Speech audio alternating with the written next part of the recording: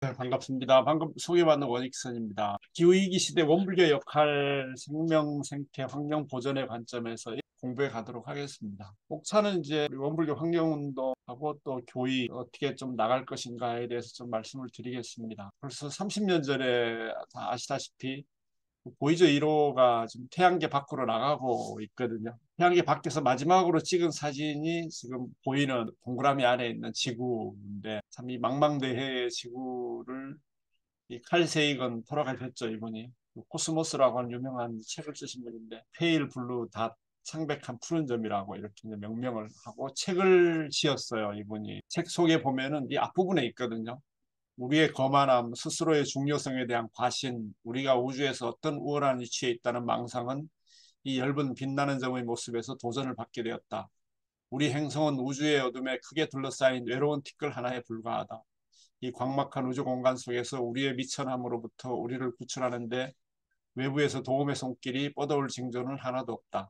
지구는 현재까지 생물을 품은 유일한 천체로 알려져 있다. 우리 인류가 이주할 곳, 적어도 가까운 장래에 이라고는 없다. 방문은 가능하지만 아직 불가능하다. 좋건 나쁘건 현재로선 지구만이 우리 삶의 터전인 것이다. 참 이외에도 좋은 얘기가 많은데요. 이 지구를 놓고 그야말로 우리 인류가 이 안에서 복잡되면서 전쟁으로 인한 파괴 또 다시 또 문명을 세워가면서 이렇게 살아가는데, 어떻게 보면은 우리 원불교가 얘기하듯이 한 가족이라고 하는 것을 그 모든 생명체와 더불어서 칼세이건도 똑같이 얘기를 하고 있습니다. 근데 이제 아시다시피 IPCC 기후변동에 관한 정부 간편을 이건 유엔에서 만든 거죠. 그래서 모든 나라가 거의 다 가입돼 있는데 이미 뭐 5차 평가 보고서 뭐 6차 평가 보고서 다 나왔는데 그 1.5도씨 문제는 다 알고 계시잖아요. 근데 2030년에서 52년 사이에 넘어설 것으로 예측했는데 이미 넘어섰죠. 2030년을 예측을 했는데 뭐 넘어섰으니까 지금 이게 24년 이제 매년마다 지구의 움직임이 달라질 거고 매달 또 달라질 거고 매일 좀 달라질 걸로 이렇게 예상하고 있어서 우리 원광대 그 이제 봄이 되면은 그 익산에 유치원 아이들이 많이 오거든요. 걔들 얼굴을 참 볼 수가 없어요. 전에는 귀여워서 이렇게 봤는데 이제는 그 애들의 눈빛을 볼 수가 없는 뭐 그런 상황이 됐습니다. 이 어른으로서의 어떤 부끄러움이랄까 이걸 참 많이 느낍니다. 이건 간단하게 뭐 아시다시피 원불교 환경연대만 언급하고 넘어갈 건데요. 그런데 그 전에 이제 우리 원불교는 제가 이제 불교 전공자 또 원불교 불교 관계 연구를 하는 입장에서 이 개혁불교, 현대불교, 참여불교, 대중불교 이게 무슨 의미가 있는가 하는 건 이제 뒤에서 더 말씀을 드리겠습니다. 그래서 불법을 주체로 완전무결한 큰 회상을 이 세상에 건설하겠다 이렇게 이제 말씀을 하셨는데 이 개교의 동기를 보면 한마디로 물질의 노예로부터 인류를 해방시키겠다 이렇게 말씀하신 거거든요. 그러니까 원불교의 목표는 뭐냐면은 문자 그대로 물질 노예 해방입니다. 근데 모든 기도나 또 무슨 수행이나 뭐 설송요론이나 계문이나 또 법이나 법의 등급이나 모든 것들이 목표가 뭐냐면은 인류를 물질의 노예로부터 해방시키는 거거든요. 이게 명확해야 되는데 이제 교당 교무님들이나 또 개인적으로 많은 사람들이 개인적인 기도에 빠져 있고 또 자기 문제 해결에만 몰두하고 있는데 사실 자기 문제만이 아니라 인류의 문제를 함께 해결하자고 하는 게 이게 원불교의 목표거든요. 아주 명확합니다. 그러니까 모든 것은 원불교가 이 물질의 노예로부터 인류를 해방시키는 데까지 가야 원불교의 목표가 해결되는 건데 그래서 이제 불교만이 아니라 모든 종교의 교리까지도 다 활용하자라고 하는 이유가 바로 여기에 있다라고 하는 게 이게 이제 굉장히 중요한 부분이라고 생각합니다. 그래서 인간 각자의 불성을 개연시켜서 이제 곳곳이 부처의 세상임을 자각하는 건데 그것만이 아니라 인간과 자연에 대한 실질적인 불공을 추구하자라는 게 원불교의 맞아 노선이고 또 원불교가 기존의 전통 불교나 전통 종교와 다른 점은 바로 현실 문제를 적극적으로 해결해 가자는 데 있다라고 하는 거. 이게 굉장히 다릅니다. 예를 들면 구원을 뭐 천국에서 찾고 또 뭐 열반을 뭐 다른 세계에서 찾는 게 아니라 바로 우리가 살아가는 이 세계 내에서 구원이 있고 열반이 있다. 이게 원불교의 목표라고 하는 겁니다. 그래서 출가 중심주의를 타파하고 제가의 삶을 중심에 놓는 이게 출가제가 누가 중심이라는 게 아니라 제가의 삶, 그러니까 우리가 살아가는 현실적인 삶을 얘기하는 거죠. 그 불법의 전환, 거기에 중심이 놓인 불법의 전환을 통해서 사회와 지구적인 문제에 적극적으로 개입해 왔고 또 앞으로도 그렇게 해 나가야 된다고 보고요. 개인의 업, 파르마만이 아니라 불공업, 요건 이제 개인의 업을 얘기하거든요. 근데 이제 공업, 우리 인류가 지은 이 공업, 지금은 이제 지구 문제가 개인의 차원을 떠나 있잖아요. 그래서 공업의 문제를 전면에 내세웠다. 이미 100년 전에 이런 얘기를 하셨는데 우리가 좀 자각이 부족한 것 같아요. 인류가 함께 지은 보다 구조적이고 전체적인 사회적 번뇌, 이제 사회적 번뇌죠. 이걸 먼저 제거하기 위해서 원불교가 있다. 이렇게 볼 수 있겠습니다. 그래서 이제 원불교 환경연대가 2010년 4대강 문제에 이제 심각함을 느끼고 이제 10년이 넘었죠. 출제가의 자발적인 참여에서 결정됐고 또 생명, 생태, 환경 보전 뭐 이것을 사활을 걸고 해야 된다 이렇게 출범이 됐는데 저는 원불교 환경연대가 바로 원불교라고 생각합니다. 나머지 물론 교당도 있고 뭐 여러 복지 교육기관도 있는데 그것은 이제 원불교의 목표를 향한 하나의 도구일 뿐이지 종교환경회의에도 참여하고 있고 기독교, 불교, 천도교, 천주교 바로 이런 모임이 지금 가장 어떤 종교단체보다도 좀 중요하다 이런 생각이 듭니다. 기후환경운동의 교인은 뭐 다 아는 내용이긴 한데요. 그래도 한번 좀 점검을 해볼까 하는데 원불교 기후환경운동의 핵심 키워드는 뭐 뭐니 뭐니 해도 이제 천지인데 지금 천지를 기반으로 해서 천지보훈회라는 게 이제 우리 원불교 환경연대보다 앞서서 나왔죠. 2000년 4월에 이제 서울에서 결성됐는데 이 정산종사의 탄생 100주년을 계기로 해서 만들어졌고 이제 4월에 결성이 되고 10월에 공식적인 이제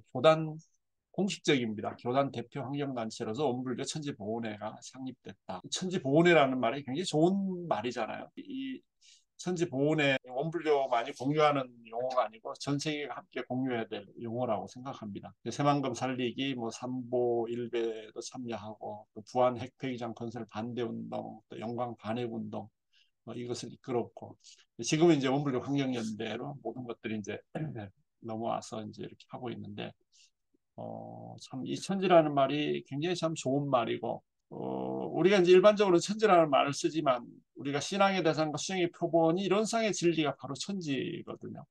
그래서 이 천지의 속성이 뭐냐 법신불이고 또 그 천지의 상징이 뭐냐 이론상이다 이렇게 볼 수 있겠습니다.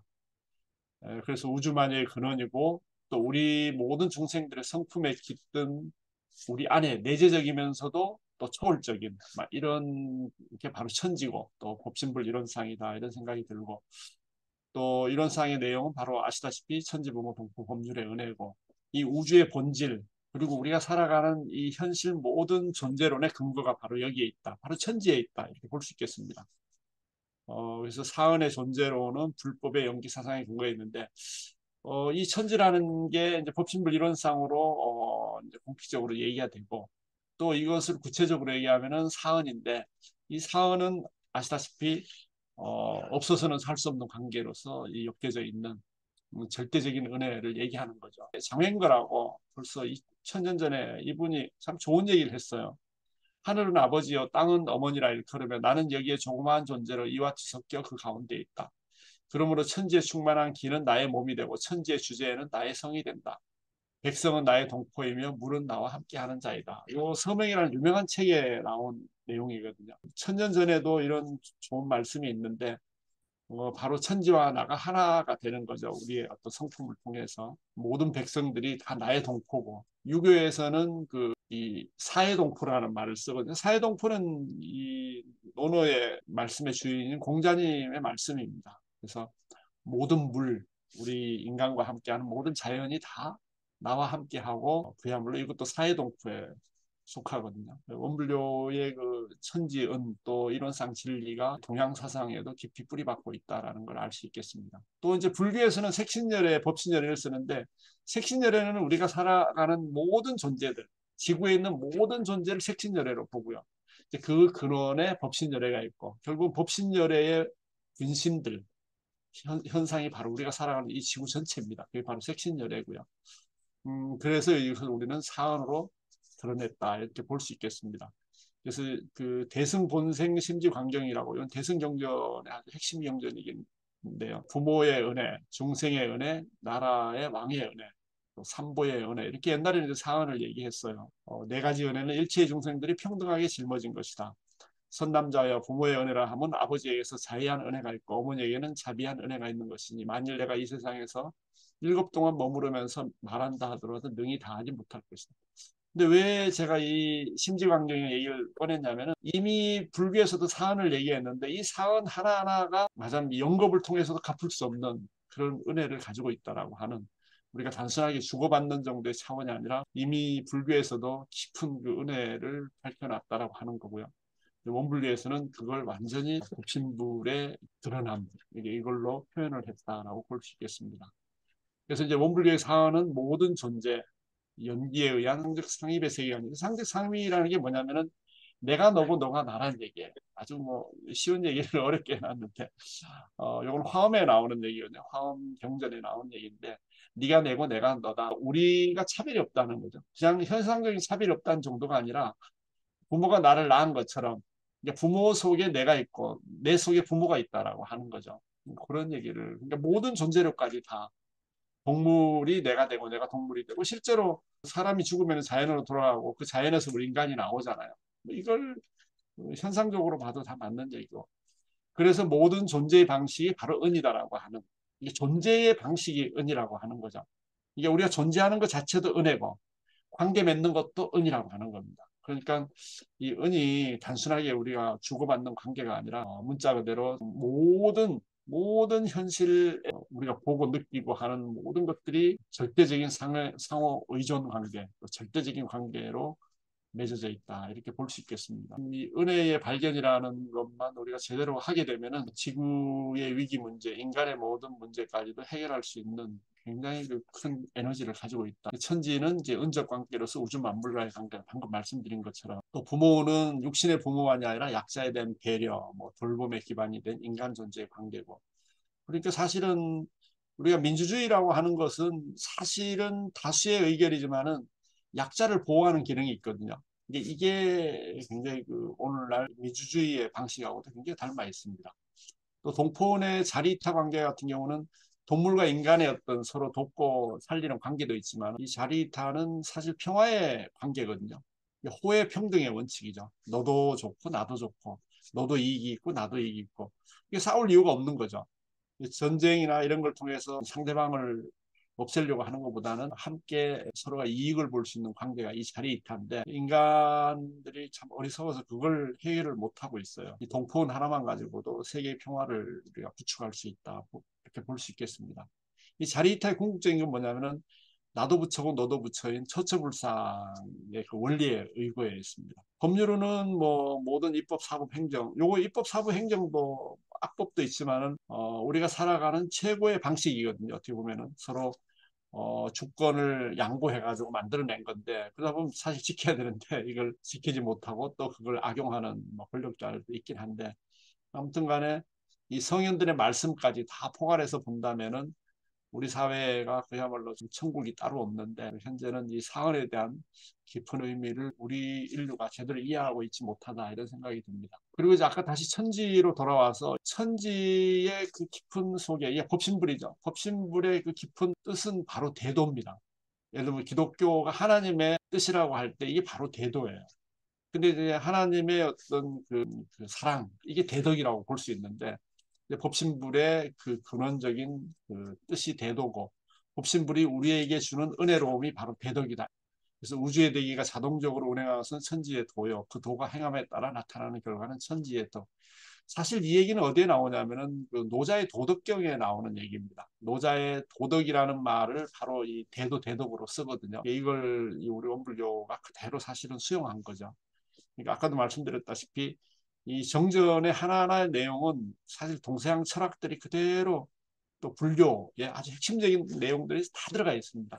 제가 그걸 다 증명하라 그러면 오늘 하루 종일 증명할 수 있을 텐데요. 실제로 그렇습니다. 그래서 깜짝깜짝 놀랄 때가 많은데요. 대도와 대덕. 이걸 우리가 구현해내는 것이 바로 우리가 살아가는 목적이다 이렇게 볼 수 있겠습니다.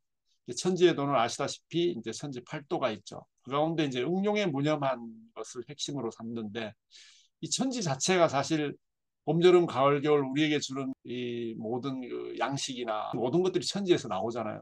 근데 천지가 내가 너 줬으니까 너 나한테 갚아라 이런 얘기 사실 없거든요. 이게 바로 천지가 응용무념한 그 모습을 그대로 보여주는, 이 천지를 사람으로 의인화해서 본다면은 사심없이 베푸는 거다.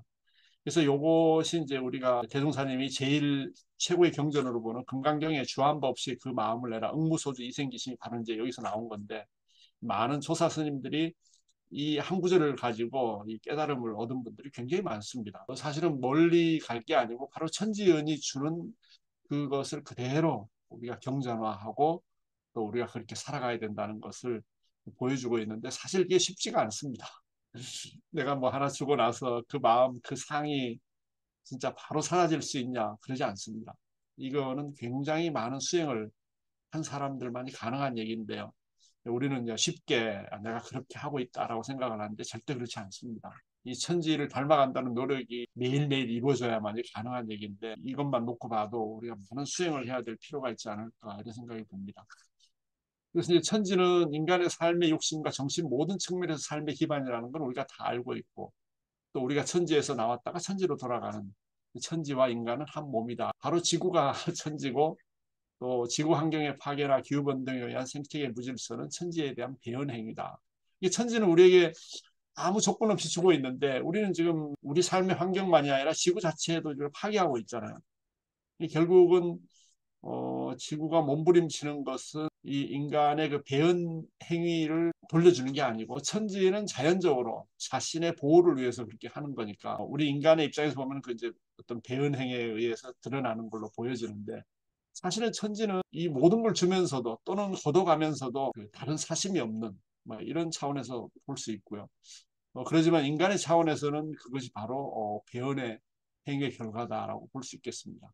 그래서 원불교의 기후환경운동은 그 천지에 대한 은혜를 알고 또 보호를 위한 실천행위고, 천지인 지구에 대한 보호는 원불교인들의 기본적인 도덕이자 윤리적 의무다. 물질의 노예로부터 인간을 해방시키자라고 하는 목표가 있고, 또 우리가 천지연을 통해서 천지에 대한 보호를 우리가 해야 되는데, 이제 그렇지 않으면은 천지가 스스로 다정작용, 정화작용을 통해서 스스로 원래 모습으로 돌아가려고 하는데, 인간의 차원에서는 그게 인간에 의해서 일어난 거기 때문에 철저히 배은행위라고 볼 수 있고요. 결국은 원불교 환경운동은 이 천지에 대한 보온행위로 나타나야 되고, 또 이것이 원불교인들의 기본적인 그 사명, 그러니까 아주 우리 일상 속의 도덕이고, 뭐 구닥다리 뭐 옛날처럼 뭐 임금님께 은혜를 받고 뭐 조상께 은혜를 하고 이런 도덕 차원이 아니라 어떤 삶의 어떤 그 살아가는 하나의 기준이 된다라고 볼 수 있고, 또 윤리적인 그런 차원의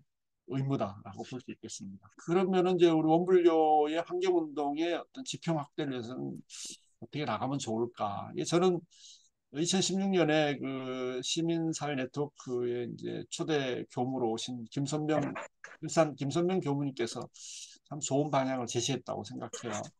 그래서 청렴과 투명에 바탕한 도덕성. 요거는 뭐 정치도 사실 그런 얘기를 많이 하지만은 이 종교야말로 이 청렴하고 투명해야 됩니다. 모든 것들이.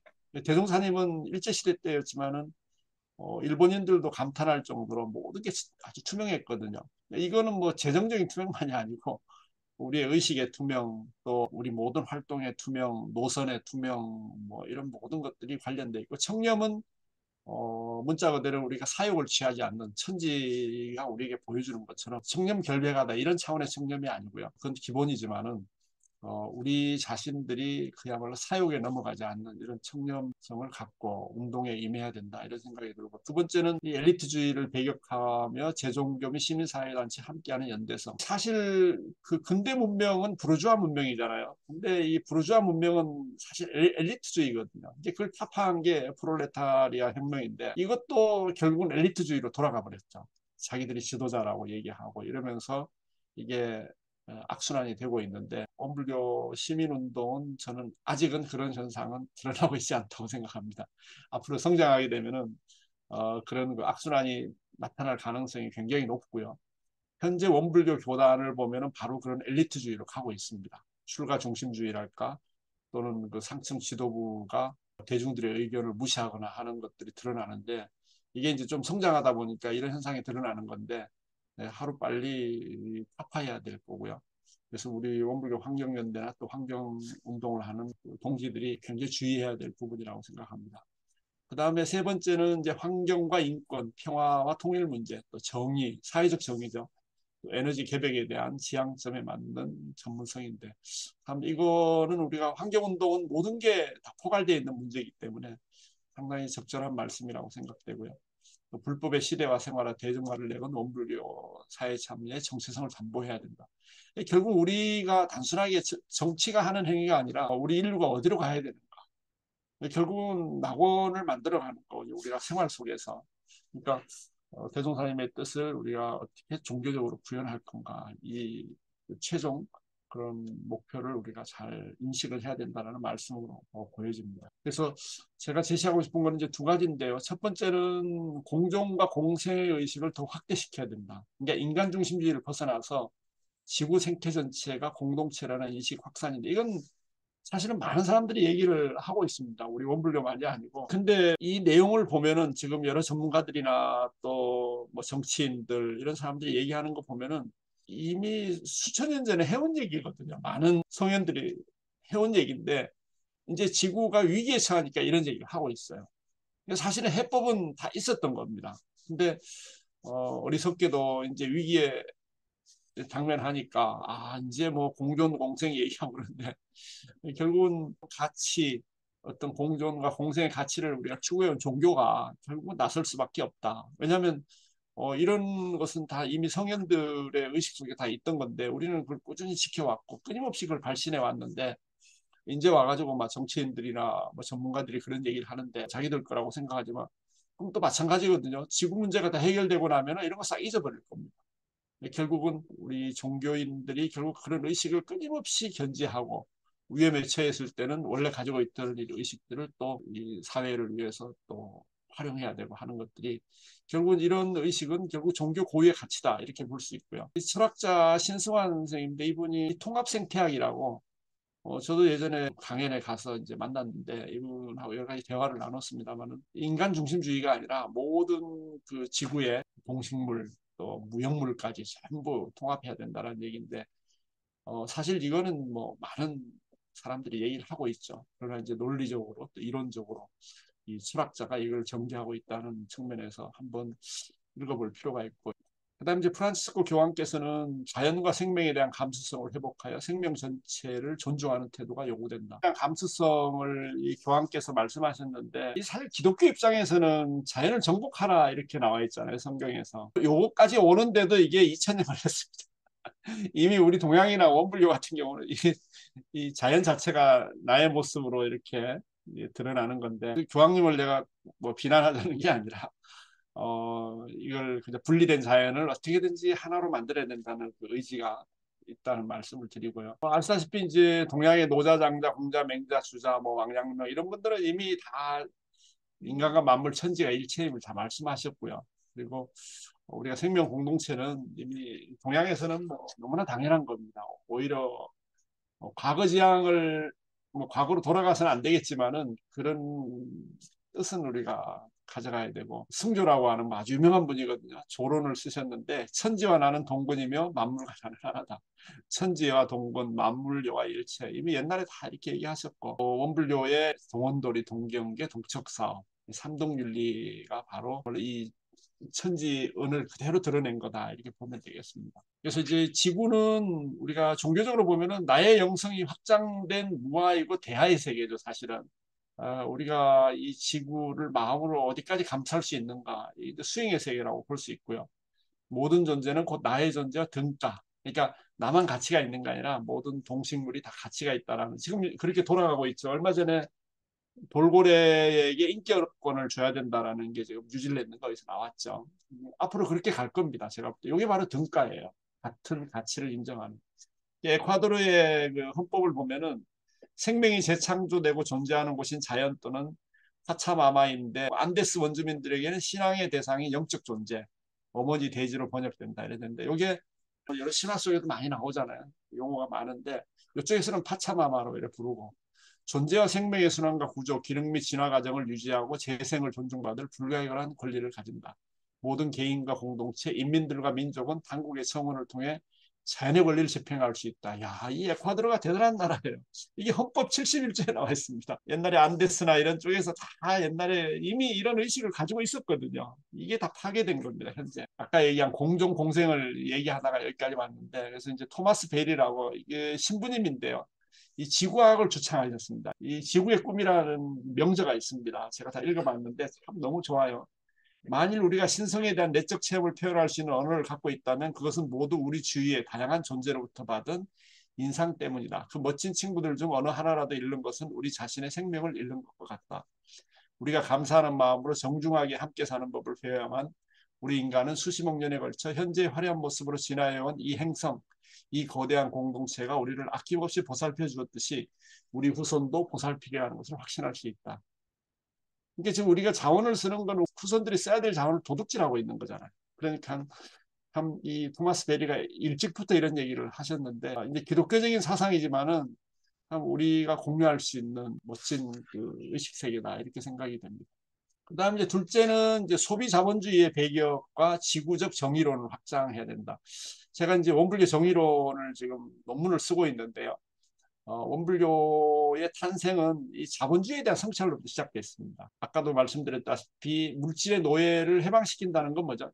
이 자본으로부터 해방이기도 하거든요. 또는 자본주의로부터 해방, 신자유주의로부터 해방 이렇게 볼 수 있는데 이 울리백이 뭐 일찍 얘기했죠. 돌아가셨는데 이 위험사기 유명한 책이었죠. 한국에 아주 많이 읽혀졌는데 자본주의에 의해 위험이 지구적으로 확산되고 있다고 봅니다. 잠재적 위험은 끝났으면 이제 실제 현실로 나타나고 뭐 이게 예언이 아니라 실제 보고 있는 걸 말씀하신 거죠. 그래서 사실은 지구적 위험은 가난하고 힘없는 사람들에게 먼저 나타나고요. 결국은 지구 전체를 공유하는 방향으로 가고 있다. 이렇게 보고 있습니다. 성장에 대한 환상을 버리고 대한 문명을 고민해야 되고 또 먹고 사는 문제인 경제학을 폐기하고 지금 생산만으로도 충분히 전 지구를 윤택하게 하는 상황에서 지구의 분배학으로 전환해야 된다. 이건 이제 제 얘기입니다. 이게 사실 지금 식량이 다 나오거든요. 지구가 먹을 만한. 근데 이게 경제라는 관념, 자본이라는 관념 때문에 분배가 안 되고 있거든요. 실제로 그러죠. 근데 경제학자들은 이런 얘기 안 합니다. 정치가들도 이런 얘기 안 하고요. 이게 어딘가에서는 식량이 생산되는데 다 썩어서 없어지고 있죠. 그래서 이 과잉 생산, 이 자본의 어떤 생린 과잉 생산이 멈춰져야 되는데 참 이걸 어떻게 할 건가 고민을 해야 된다고 생각합니다. 그래서 원불교에 이제 물질이 개벽된 정신을 개벽하자라는 것은 문자 그대로 인간의 의식에 대한 변화를 우리가 보고 있고요. 결국은 원불교는 자본에 대한 대응을 하는 교단이다 이렇게 볼 수 있고 또 천도교의 다시개벽, 정삼교의 삼계개벽, 대종교의 개천개벽, 원불교의 정신개벽은 결국 성각자들이 근대 문명에 대한 대응책으로서 내놓은 거다 이렇게 볼 수 있겠습니다. 말하자면은 과학과 기술 또는 자본의 한계를 알고 정신이 그 우위에 서서 이 문명을 이끌어 가야 된다라는 생각이죠.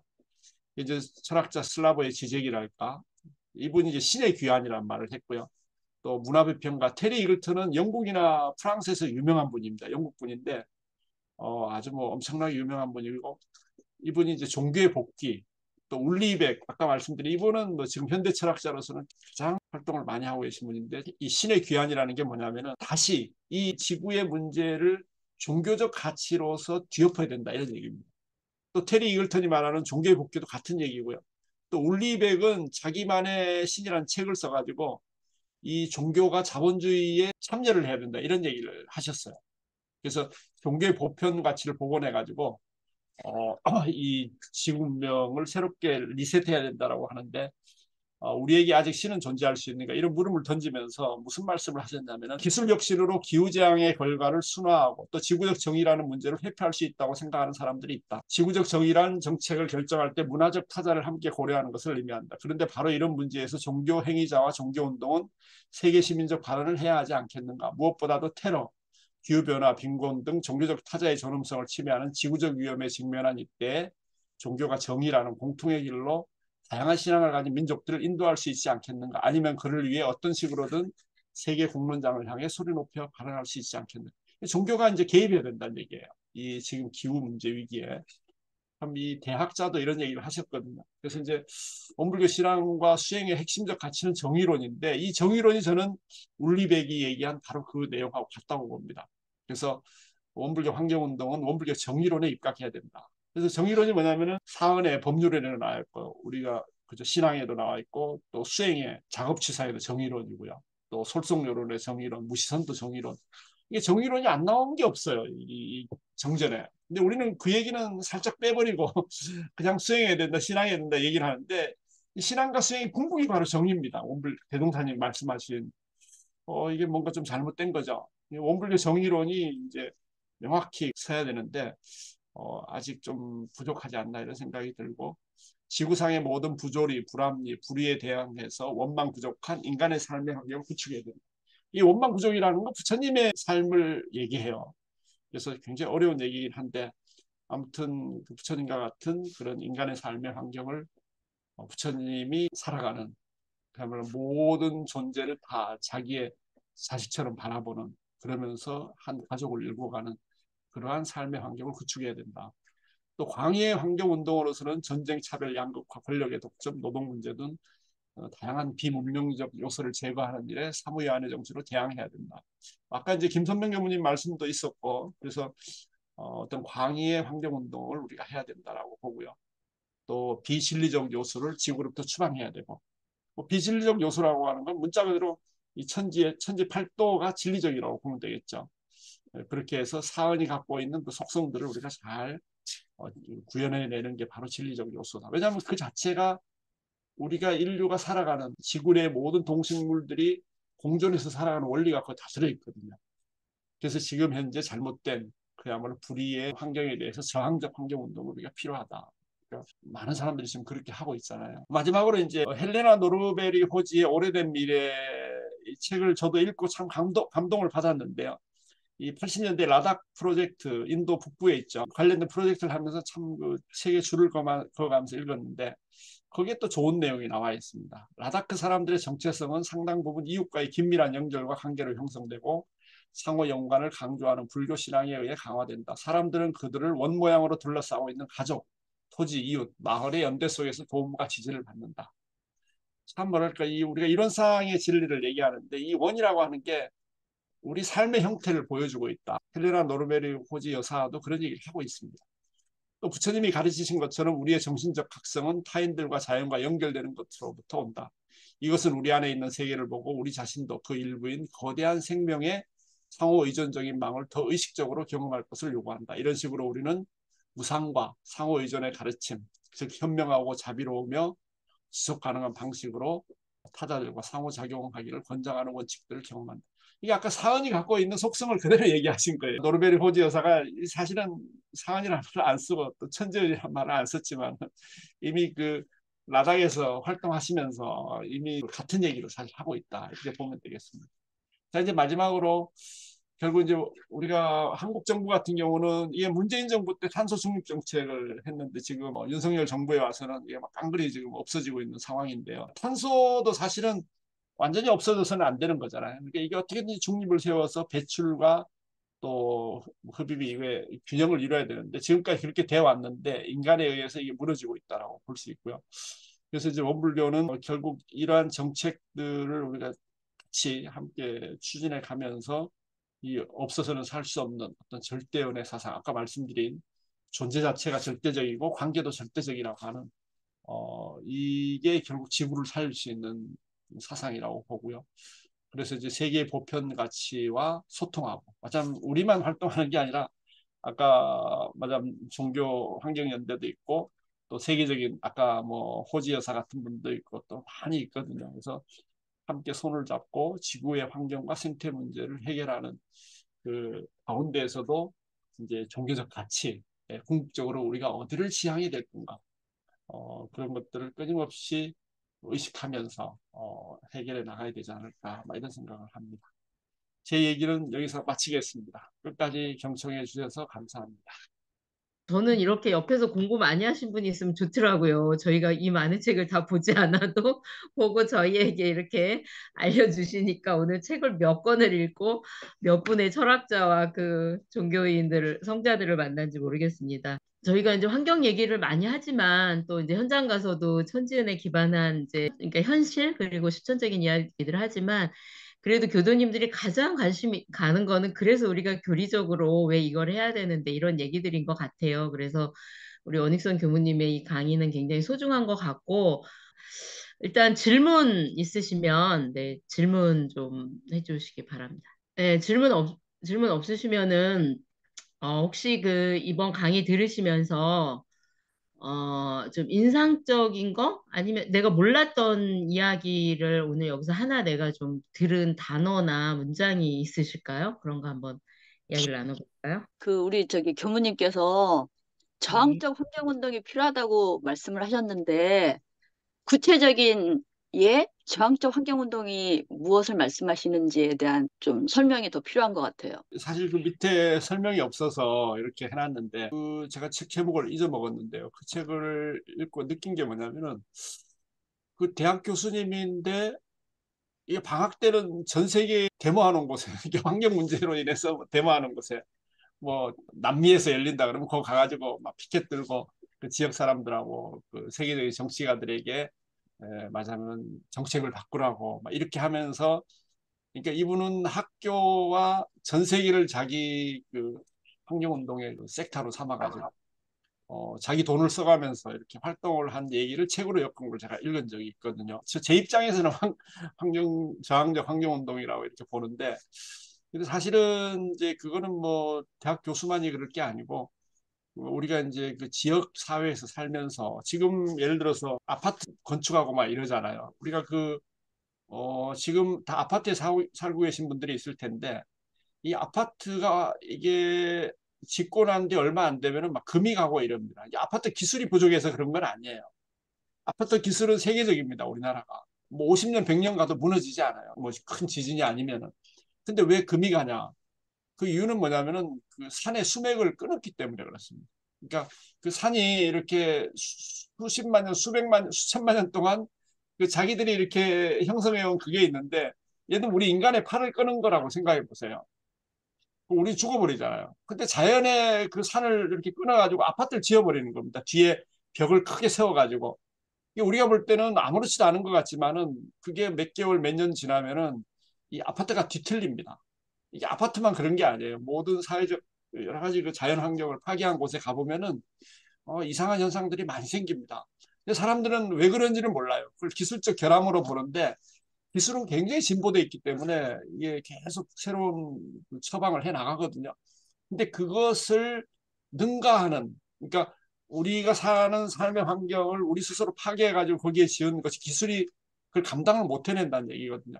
그러니까 이거에 대해서는 우리가 저항해야 된다는 얘기입니다.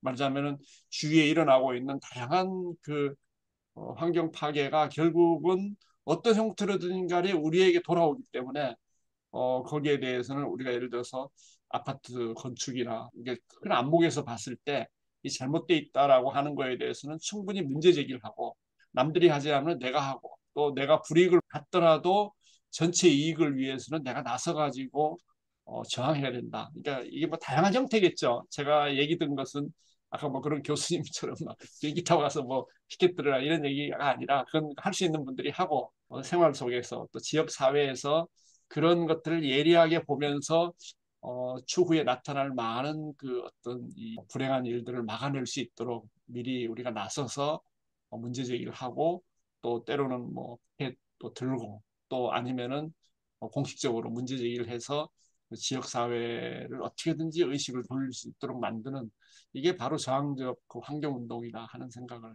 해봅니다. 네. 결국에 제 생각, 저는 이렇게 해석이 좀 되는데, 지금 현재 저희 세계 인구가 80억 정도 되나요? 그러면 80억 분의 1의 책임감을 가지고 자기가 있는 곳에서 실천할 수 있는 것들을 실천하자라고 제가 이해하면 될까요? 그러죠, 맞아요. 근데 이제 이건 뭐 여러 가지 개인적 차원에서 얼마든지 이제 해석을 하셔도 좋고, 근데 문제는 지금 위기 상황이잖아요, 지금. 이게 위기면은 뭐죠? 이 비상약을 써야 되잖아요. 이게 지금 비상체제입니다, 사실은. 그러니까 지금 뭐 수능하고 뭐 문제를 찾고 이런 건 이미 지났어요, 사실은. 모든 언론과 모든 전문가들이 이미 다 얘기를 하고 있습니다. 이게 지금은 어떻게든지 이 위기를 좀 헤쳐나가야 되는데, 하루하루가 지금 불안하잖아요. 그러니까 어떻게든지 앞으로 뭐 5년, 10년 뒤에는 이제 계속 지금 자연 이 변동이 생겨서 지금 당장 바다의 수온이 높아지고 지금 사과 같은 경우도 이게 그냥 올라간 게 아니라 지금 사과 재배 면적이 1년에 몇 퍼센트죠? 뭐 10% 지금 없어지고 있거든요. 이게 다 지구 기후 위기 문제 때문에 그런 건데 이 벌써 위기를 우리가 느끼고 있는 겁니다. 이런 상황에서 과연 우리가 어떻게 해야 될 건가? 결국은 행동하는 거 외에는 없습니다. 이 행동을 좀 적극적으로 표현한 것이 결국 저항적 환경운동이다. 이렇게 보시면 될 것 같아요.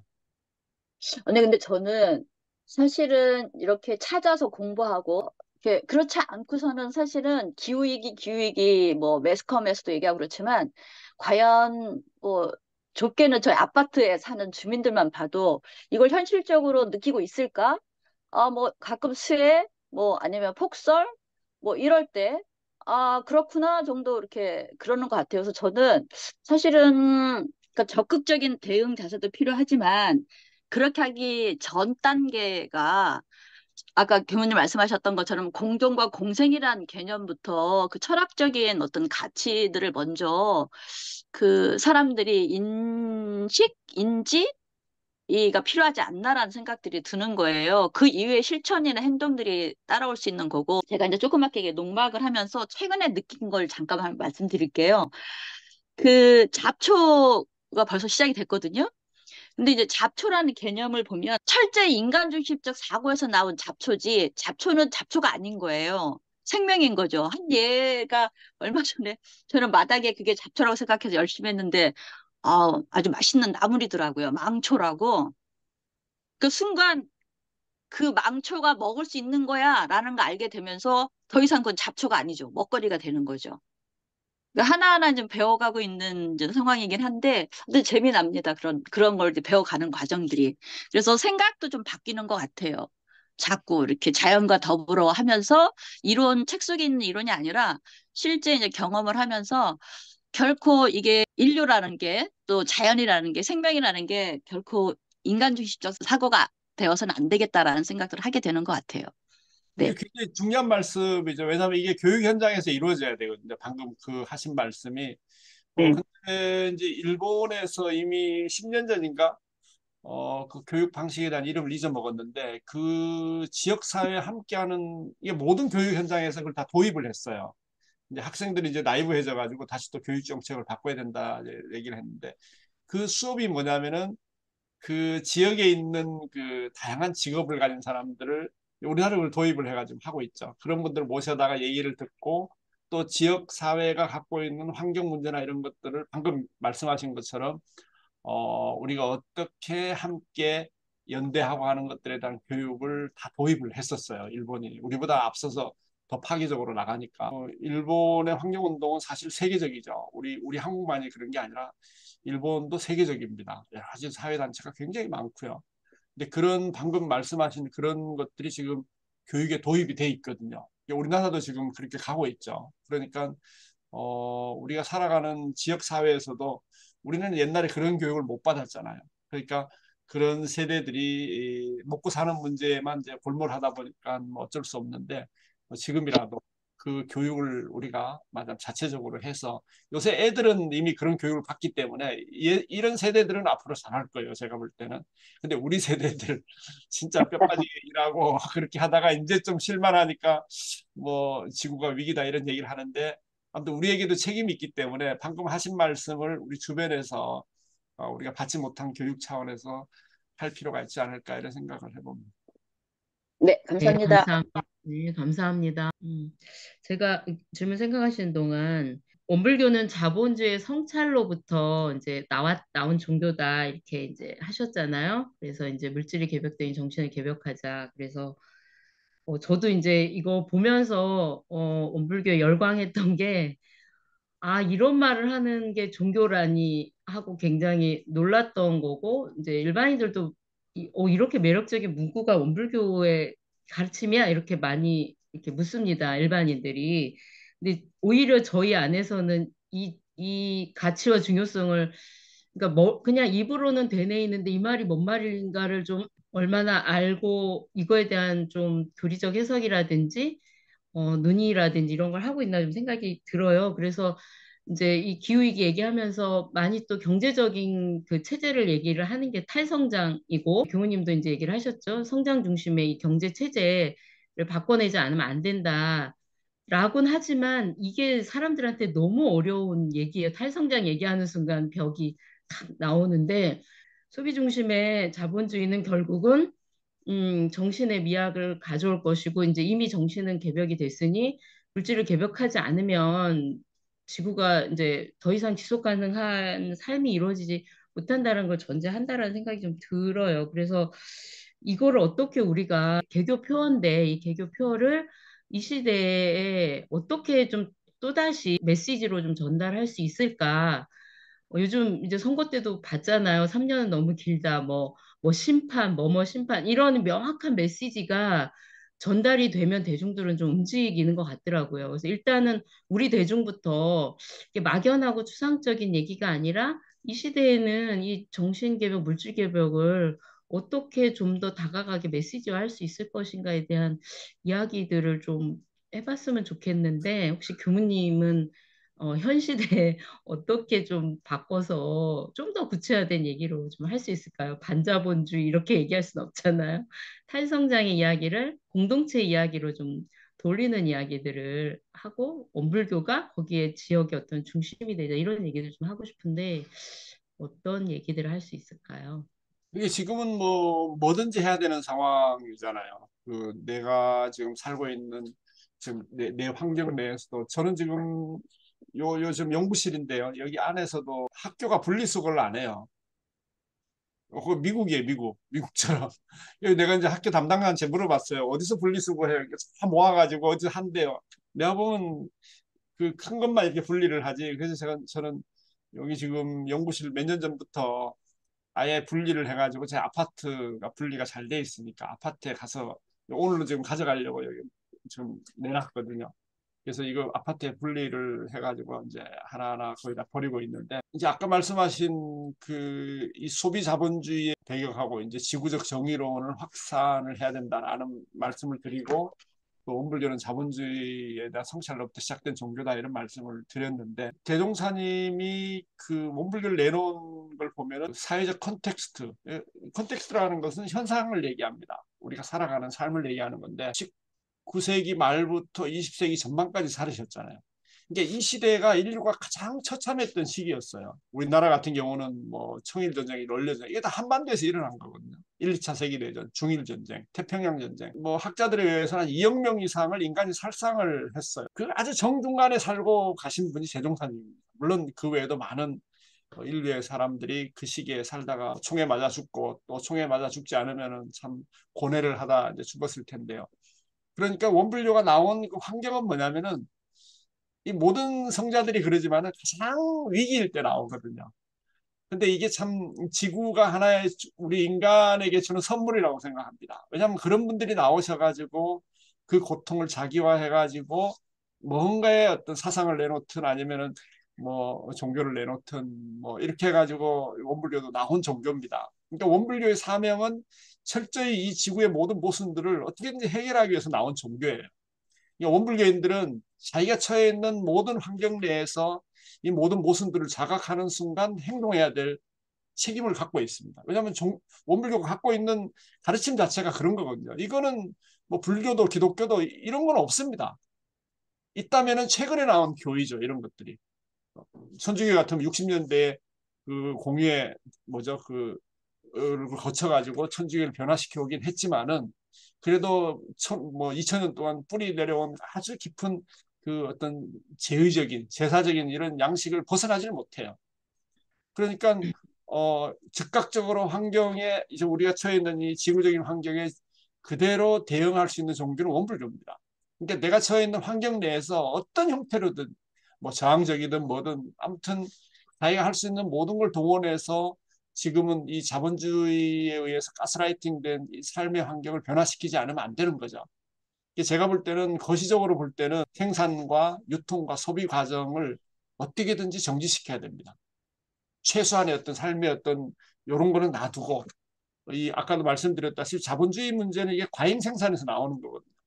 그래서 제국주의가 생긴 겁니다. 그러니까 이런 지금 근본 문제를 해결하지 않으면은 아까 얘기한 뭐 분리수거 아무리 해봐야 이거 무의미하거든요. 그러니까 일단은 거시적으로는 이 지구의 지금 시스템 자체를 뭐 인류의 시스템이죠. 자연의 시스템이 아니라 이 인류의 시스템을 어떻게든지 막 붕괴까지는 아니더라도 스톱시킬 수 있는 이런 과감한 어떤 그 의식의 전환, 아니면 실제적인 행동을 통해서 이루어야 되고 또 아까 말씀하신 이 자본주의에 대한 성찰을 의식의 변화가 이루어져야 되는데 제가 볼 때는 지금 의식의 변화 중에 가장 가까운 건 뭐냐면은 아까 제가 말씀드린 애기들 보면은 딱 나타납니다. 쟤들이 살아갈 환경은 이미 끝난 겁니다. 그러니까 우리는 순간적으로 애기들 손잡고 놀러 가고 막 귀엽다 이렇게 하지만은 얘들이 사는 삶의 환경은 지옥이에요. 이걸 하나만이라도 깨우쳐 준다면은 이 부모가 달라질 겁니다. 당장 얘들이 살아갈 수 있는 내일의 환경이 없는데 이게 어떻게 자본주의가 기능하겠어요? 이런 것을 우리가 손쉽게 맞아 아파트에서도 얘기할 수 있고 야, 쟤들은 미래가 없다. 쟤들의 삶은 다 파탄났다. 우리 책임이다. 어떻게든지 걔들을 위해서 뭔가 변화시켜야 된다라는 이런 말 한마디라도 우리 주부들을 변화시켜 준다면은 그걸 통해서 변화시켜 준다면은 그 주부가 달라질 겁니다.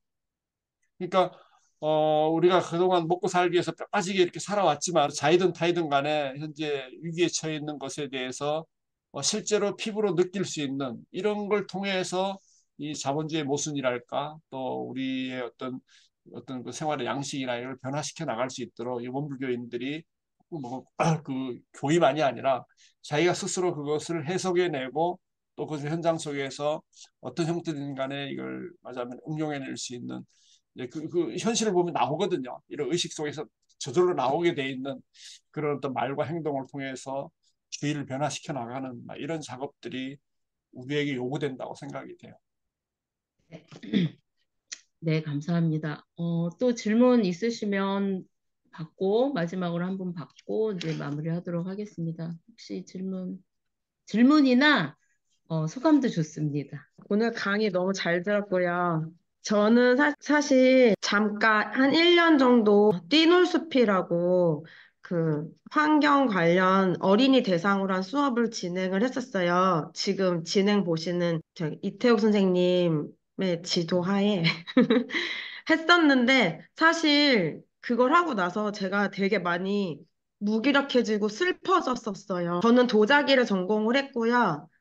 도자기를 많이 친환경적이라고 생각을 하셔가지고 이거랑 그 환경이랑 연계를 해서 수업을 하면 도움이 많이 될 거라고 생각하고 되게 적극적으로 했었는데 제가 슬퍼졌던 이유가 뭐냐면 교무님이 하셨던 말씀 중에 사람들이 과학적인 발전으로 환경 문제를 해결할 수 있고 완화시킬 수 있을 거라고 믿고 있다고 했었잖아요. 그러니까 저도 그렇게 생각을 했었고 환경 운동이 그러니까 우리가 하고 있는 그런 영역들 중에서 과학 쪽에 더 맞닿아 있다고 생각을 했는데 아이들한테 전달을 하기 위해서 아주 얕게만 공부를 했는데도 불구하고 이게 과학보다는 인문학 쪽으로 그러니까 더 관련이 되어 있고 우리 생각이 다 바뀌지 않으면 소용이 없겠구나라는 생각이 들기 시작한 거예요. 그래서 사실 분리수거도 옛날보다 더 열심히 안 하게 되고, 그러니까 귀찮은 게 아니고요. 해서 뭐 하지? 나는 내가 이렇게 해도 이 귀찮은 거를 감수하고 하고 있었는데, 저는 페트병에 꼭지까지 다 따서 버렸었거든요. 지금도 모아놓은 게 한 푸대가 돼요. 근데 이거 내가 해도 누군가는 마구 버리고, 그리고 플라스틱이나 비닐이 이렇게 환경 문제가 얘기가 계속 나오는데도 불구하고 이거 그냥 유행인 건가 싶을 정도로 줄어들지 않고요. 이거는 계속 생겨나는 거예요. 근데 이게 또 들리는 말이 그 석유 계통 그 업자들은 이게 줄어들기를 원치 않기 때문에 계속 공급이 돼야 되다 보니까 이건 없어지지 않을 거라 플라스틱 쪽은. 그런 생각 때문에 관심은 계속 있지만, 그리고 저도 아이를 셋을 키우고 있는 엄마 입장에서 불안하면서도 무기력함을 느끼면서 슬퍼졌었거든요. 근데 오늘 이 강의를 들으면서 강의 말미에 그러셨거든요. 지금은 어떤 형태로든 뭐든 해야 된다고. 그러니까 아까처럼 의식을 바꾸는 게 먼저인지 행동을 적극적으로 하는 게 먼저인지 이게 아니라 뭐든 어떤 형태로든 그래서 거기에 교묘하게 조금씩이라도 그게 분리수거를 적극적으로 권하는 거건 아니면 이렇게 아이들한테 하나씩 하나씩 시나브로 이렇게 막 물들듯이 알려주는 거건 뭐든 해야 된다는 거 행동해야 된다는 말씀에서 다시 이제 그 용기를 갖게 됐고요. 그래서 뿌듯해졌어요. 너무 감사하고, 네. 앞으로의 강의도 잘 듣도록 하겠습니다. 오늘 감사합니다. 이게 참 좋은 말씀 해주신 것 같아요. 그 김대중 대통령이 참 내가 무기력하고 아무것도 할 수 없다면 벽이라도 쳐야 된다 이런 얘기를 하셨는데 이제 그건 뭐 민주화나 뭐 이런 거 가지고 이제 얘기를 하셨는데 이걸 환경운동에 방금 그 대입한 것처럼 지금은 예를 들면 이런 거죠. 우리가 물에 빠졌잖아요. 그러니까 물에 빠지면 어떻게 해야 돼요? 나와야 되잖아요. 안 그러면 물에 빠져 죽으니까. 지금 인류가 그런 상황이잖아요. 그러니까 뭐 지푸라기만이 아니라 넘실대는 파도라도 이용을 해야 돼요. 자기를 덮치는 파도라도 이용을 해서 그 파도의 힘에 의해서 나와야 되거든요. 그러니까 뭐 과학이든 뭐 정치든 동네에서 뭐 패싸움이든 뭐든 나한테 오는 모든 그 주위의 그 어떤 합리적이든 불합리적이든 이걸 타고 넘어야 된다는 겁니다. 그러니까 지금은 적과 아군이 없는 거예요. 내가 적이고 내가 아군인 거예요, 사실은. 그러니까 이런 것들을 결국 이제 개인이 할 수 있는 한계를 벗어나 있기 때문에 지금 상황은 그런 거죠. 개인이 할 수 있으면 다행인데 그래도 역으로 얘기하면 개인이 결국은 나설 수밖에 없다는 겁니다. 왜냐하면 그 개개인이 모여서 인류 전체가 집단이 이루어지는 거니까. 결국은 나로부터의 변화도 필요하고 또 집단 전체의 변화도 필요하니까 이거는 뭐예요? 완전 전방위적일 수밖에 없는 거죠. 이제 원불교인들은 이미 그런 이 정전 내용 자체가 이미 이 지구를 구하기 위한 내용이에요. 내가 볼 때는. 이 지구를 구하는 게 정전입니다. 사실은. 대종사님이 대단한 거죠. 아까도 말씀드렸다시피 이미 인류가 그런 아주 황당한 동물도 하지 않는 행위를 통해서 이 지구를 멸망으로 빠뜨리고 있는데 지금은 그야말로 환경 문제가 우리의 모든 지금 내일을 완전히 그 소멸시킬 정도로 가 있으니까 어떻게든지 내가 할 수 있는 모든 것들은 다 하고 그리고 나서 그 과보는 우리가 스스로 받는 거죠. 맞아요. 좋은 과보도 받고 나쁜 과보도 받는데 결국은 그 좋은 과보라도 최대한 그 카르마를 우리가 축적해서 한 발 한 발 나아가는 수밖에는 지금은 뭐 방법이 없다 이런 생각이 들고 내가 깨어 있는 만큼 한 발 앞으로 나가는 것 외에는 길이 없다 이런 생각을 합니다. 네. 두 분의 마지막 질문과 대답이 저희에게 많은 답을 또 행동을 주신 것 같습니다. 우리 방선영 성인님이 이렇게 뿌듯해졌다고 하니 처음엔 좀 쫄았다가 다행이다. 이런 과정을 항상 거치는 것 같습니다. 저희도 또 급우울했다가 옆에 동료를 보면 또 힘을 차리고 그러거든요. 제가 지난주에 그 다큐 영화를 하나 봤는데 거기서 마지막 편에 나온 친구가 젊은 친구인데 그 두산중공업이 해외에 이제 그 석유 개발이라든지 이런 데 참여하는 거를 알고 거기에 가서 이렇게 막 스프레이로 막 뿌리면서 막 기후행동을 했어요. 그리고 그 지금까지도 몇 년간 재판 중인데 그 과정에 이제 청년들의 어떤 기후행동 이야기를 담았어요. 두산에서 경기할 때 잠실구장 가갖고 용감하게 같이 응원하면서 두산이 이런 기업입니다. 알려내면서 웃으면서 저격하는 그런 용기 있는 활동을 보면서 저런 또 사회적 영향력을 취하는 친구들도 있고 하루하루 저 비닐 씻어 말리면서 재사용하면서 이렇게 하는 또 다양한 스펙트럼의 사람들이 있어서 힘들 때는 옆에 동료를 보라 이런 말씀을 좀 드리고 싶고요. 지난주에도 저희 이정식 교수님이 이제 질문 주신 바람에 이제 3.5%의 법칙 그 3.5%가 코어 그룹이 되면 그로 인한 이제 주변인들이 조직이 되면서 비폭력적이고 대중적인 이런 운동이 성공해 왔다라는 이런 이제 3.5%의 법칙에 대해서 저도 다시 한번 자료도 찾아보고 했었습니다. 이제 그런 것들이 저에게 힘이 되는 것 같고 교무님이 뭐라도 해야 된다라는 말이 참 추상적으로 들렸는데 역설적으로 뭐라도 해야 된다는 것이 가장 구체적인 이로써 오늘 이야기로 결과로 저희에게 초록 이야기 다가오는 학교 시간이었던 것 2차식 같습니다. 강의를 모두 마치겠습니다. 고맙습니다. 수고하셨습니다.